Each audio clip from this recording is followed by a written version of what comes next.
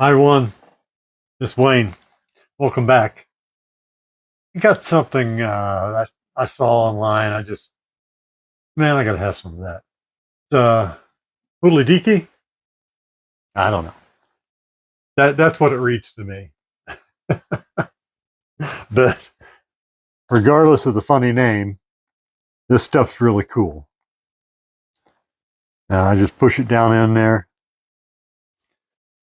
a little bit, and I'm going to turn my computer off. Yeah, so there went one of my lights. So just my computer. Anyway, this stuff kind of, you might be able to tell, it kind of soaks down into the keys and gets all the stuff out of the nooks and crannies,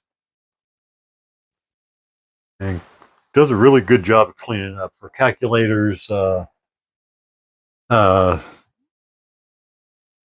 anything with a keyboard, really, or anything with the ridges. I've got this drill here that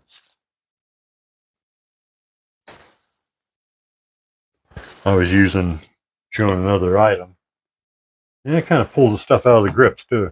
So anyway, PULIDIKI, you need to get you some of that. I appreciate you guys watching. Bye now.